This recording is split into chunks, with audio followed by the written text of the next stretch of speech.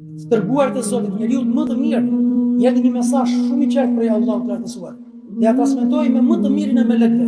O Muhammed, jeto sa të duash, do të vinë një moment që do vdesësh. Duaj këtë duash prej njerëzve, do vinë një moment që do ndahesh prej tij. Dhe vepro çfarë të duash, do vinë një moment që ti do të japësh llogari për atë gjë që ke vepruar.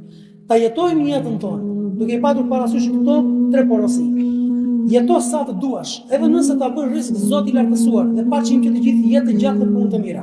Po edhe nëse ka percent të 100-at, do vinë një moment që do të takojmë Zotin e gjithësisë. Do vinë një moment që ka një fund. Duaj këtë duash, ne lidhim zemrën natyrshëm me njerëzit, me të afërmit, me të dashurit.